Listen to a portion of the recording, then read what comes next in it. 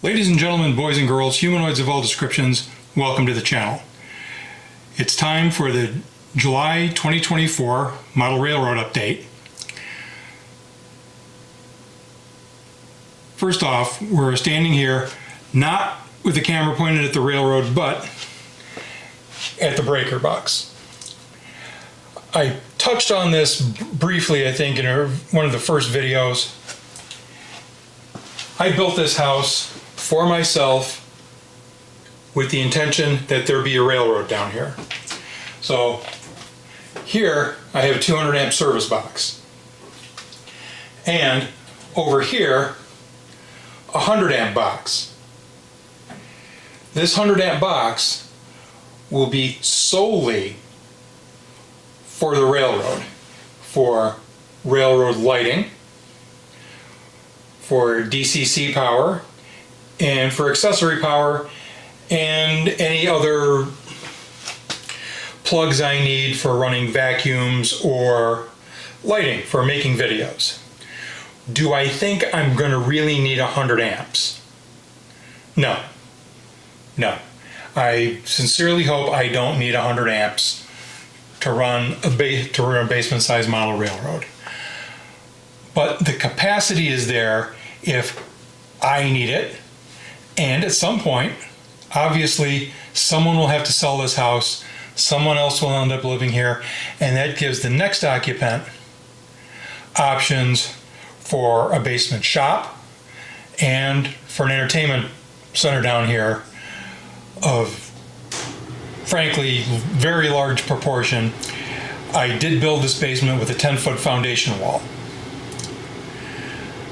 The next thing, because this video goes live on Wednesday, which will be July 10th. Tomorrow, we're supposed to drown. We're going to get 2 inches of rain, at least according to the Weather Channel. And we might get a further ½ an inch on Thursday. So, let me take you guys off of the tripod and show you something else to think of if you're going to build a house with the intention of having a railroad in the basement. All right, this is obviously a sump crack, but some of you are noticing that there are 2 pumps in this crack. There's a 1/2 horsepower pump down in the bottom, but there's also this other object, and that's a water-driven backup pump.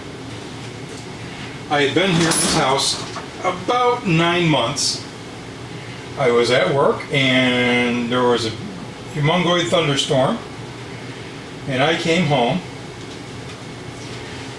and found there was so much water in this basement that if there had been another inch it would have been inside the furnace.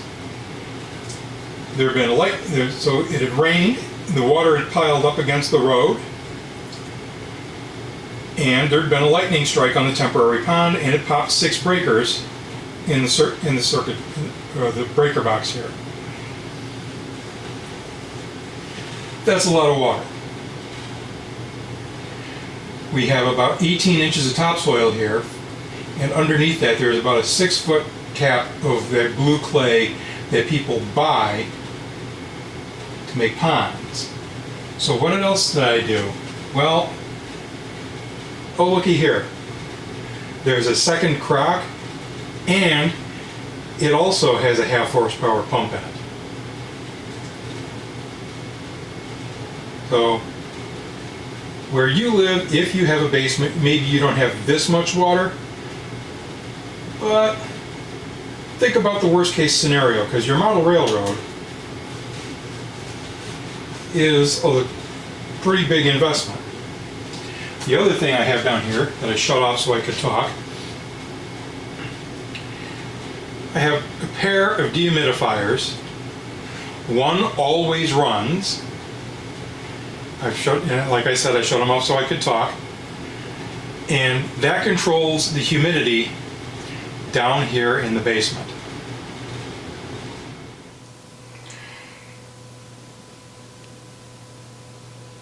Now, let's talk about this month's progress on the railroad. because I built the house. All the house's systems are the same age. And so about a week after last month's update, the air conditioning unit began to fail. Just got repaired yesterday. Still taking a lot of water out of the air in the house. It's really hot and really wet down here.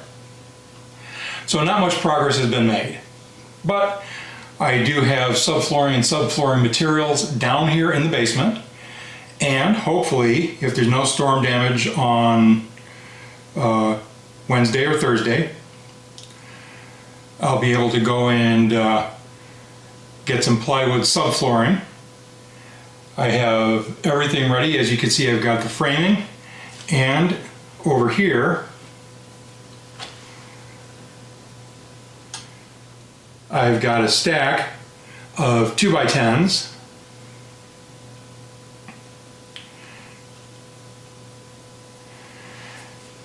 And one of the things this means is I have a problem that I anticipated. I'm glad I've gotten to this point, but I'm still not sure what I'm going to do, and that is construction materials and the tools are now getting in the way of doing construction. I'd really like to finish all of the subflooring and the other major carpentry by October. I can then concentrate on track laying and my nemesis, wiring.